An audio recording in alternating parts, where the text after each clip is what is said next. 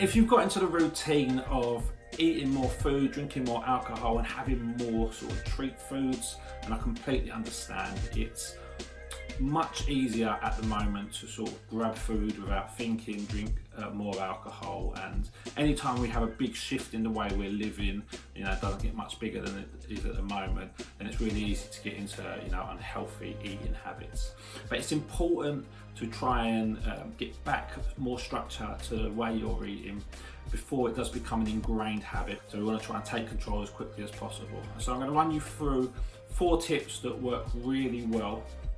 And the first one is to actually remove any, you know, unhealthy foods and alcohol out of your eye line. So if you've got biscuits in your cupboards, just get rid of them and put them somewhere which you can't see them.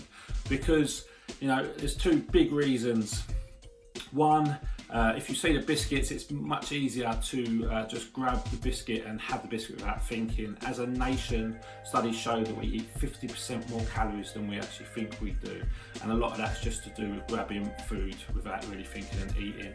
The second one is, you know, it can be a trigger to actually crave that food, and we want to try and remove triggers as much as we possibly can. The second tip is to keep a food diary. I'm a massive believer in keeping food diaries. The knowledge of what you eat massively impacts how you eat. So keep a diary of everything you're eating and what times you're eating. And then what you're going to look for is, again, the triggers and the times that you are eating, you know, sweets or drinking alcohol, so that you can begin to replace those with healthier treats. The third tip is to set very specific times to eat. Get very specific with your breakfast, lunch and dinner, and, you know, if you can go one step further and actually try and plan your meals at least the night before, but if anything the week before, so you know relatively sure what you're going to eat on most days, and that will allow you to plan your meals so you have healthier options available, and again give you less chance of sort of deviating and maybe getting takeaways and so on.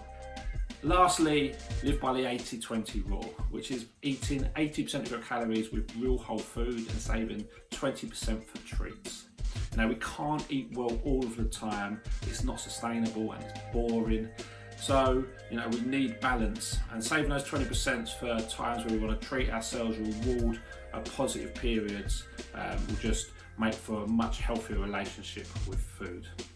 So it is, at the moment, it's, you know, it's a tough period and it is much easier to make unhealthy choices, but we can get control of our diet, we can add structure in and just start ingraining better choices. So if you found that video useful and you know anyone else that would benefit from seeing it, please like or share, and if you have any questions, just leave me a comment.